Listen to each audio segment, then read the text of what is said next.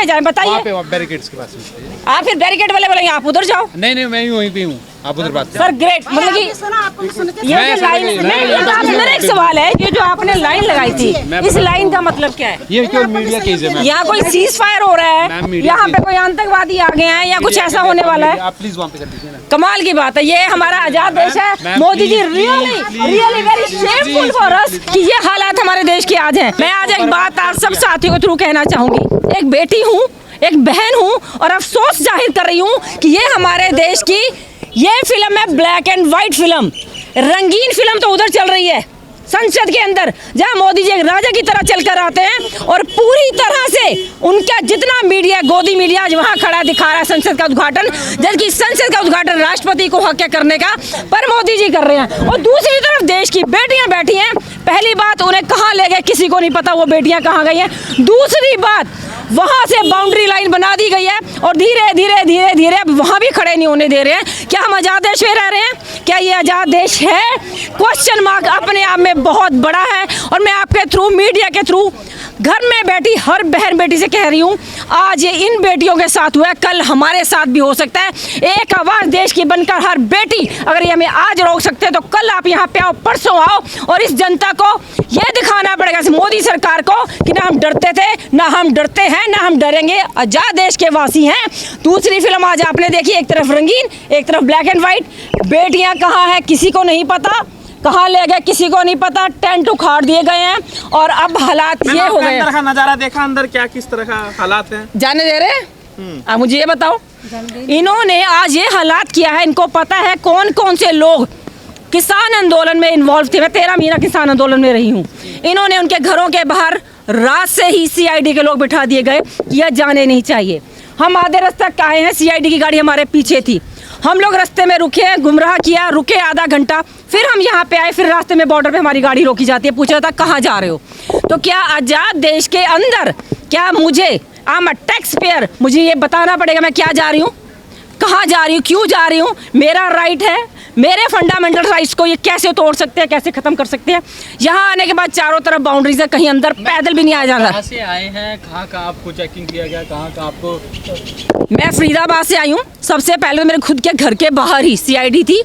कल से पता कर रहे हैं लगातार कि आप लोग जाएंगे या नहीं जाएंगे। मैंने कहा सर हम नहीं जाएंगे, हमें पता था जाने नहीं देंगे। और आपने भी देखा होगा जितने लोग इन्वॉल्व हैं उनको यहाँ नहीं आने दिया गया। बसों की बसें बॉर्डर्स पे रोकी गई हैं, चाहे वो यूपी बॉर्डर हो चाहे हरियाणा के बॉर्डर हो। आए हैं? मैं चुप कर क्यों आऊंगी? मैंने आपसे ये कहा, जब CID ने आधे रास्ते तक हम लोगों को किया, हम लोग रास्ते में रुके कि हम नहीं जा रहे हैं वहाँ पे, उसके बाद हम आए हैं फरीदाबाद बॉर्डर पे, हमारी गाड़ी रोकी गई कि आप लोग कहाँ जा रहे हैं। तो मेरा सवाल तब भी यही था, झंडा देख के रोक रहे हैं या बिना झंडे के आए हैं? कोई झंडा नहीं गाड़ी में, गाड़ी बदल कर आए हैं। इनफैक्ट जिन गाड़ियों के नंबर हमारे CID के पास हैं उन गाड़ियों को भी बदल कर आए हैं, तब भी इतनी इंक्वायरी हो रही है। और उनके पास क्यों, क्या आपको आतंकवादी थोड़ी है, आप एक आम नागरिक है। ऐसे हम किसान आंदोलन में इन्वॉल्व थे, 13 महीने हम किसान आंदोलन में रहे और इन सरकार की हर जाति को हमने सहा है। हमने बॉर्डर्स पे पूरा लगातार रहने की वजह से इन्होंने हम पे केस भी दर्ज कराए हैं, वो केस भी हम पे चल रहे हैं। तो हम देश के हर उन शख्स के साथ हैं, चाहे वो किसान थे चाहे पहलवान बेटियां हैं, कि जहां गलत होगा हम उन्हें सपोर्ट करेंगे। पर इन लोगों के पास वो लिस्ट है, इनफैक्ट हर शहर की, हर गाँव की, ये उन लोगों को पहले होल्ड करते हैं। क्या किसान आंदोलन के जितने भी जो साथी पहले प्रदर्शन कर रहे थे वही अभी प्रदर्शन कर रहे हैं? क्या दोनों ये जो प्रदर्शन की ये संयुक्त प्रदर्शन है? जी मैं आपको यह कहना चाहूँगी, यहाँ पहलवान बेटियाँ खड़ी थी, यहाँ किसान आंदोलन नहीं खड़ा था। पर जब किसान आंदोलन में, शायद आप में से बहुत सारे मेरे साथी ऐसे होंगे जिनके परिवार कहीं ना कहीं से किसान से जुड़े हुए हैं, हमारे माँ बाप दादा कुछ तो होंगे किसानों में, किसानी के अंदर।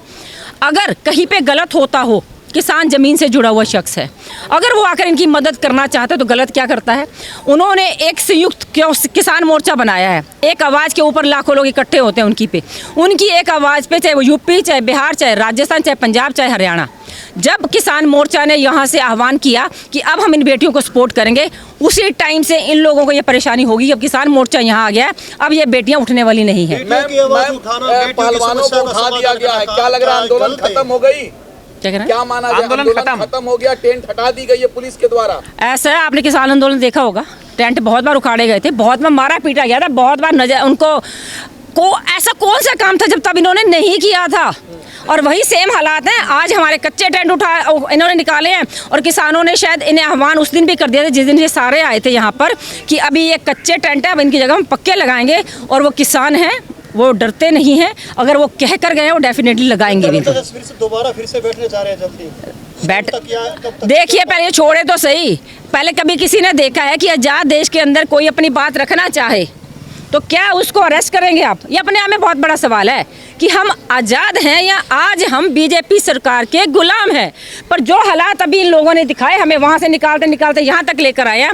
एक बात बहुत क्लियर है, आज हर चीज़ मोदी जी की गुलाम है और उस गुलामी का ये नतीजा है कि you have no right to speak. आपके बोलने पे बैन है, आपके काम करने पे बैन है, आपके चलने पे बैन है। ये खड़े मेरे भाई एक मीडिया वाले, ये भी किसान आंदोलन में ये भी बताएंगे कि लगातार क्या हालात वहाँ पे रहे हैं। संसद भवन का उद्घाटन हुआ और प्रधानमंत्री जी कह रहे हैं नया इंडिया बना रहे हैं हम।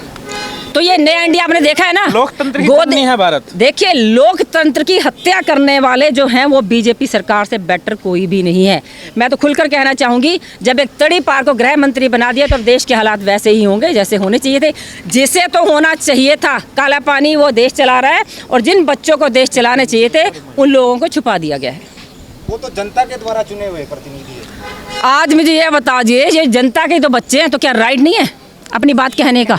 लोकतंत्र है, डेमोक्रेसी है कि डिक्टेटरशिप है? पर ये प्रूव कर रहे हैं डिक्टेटरशिप है।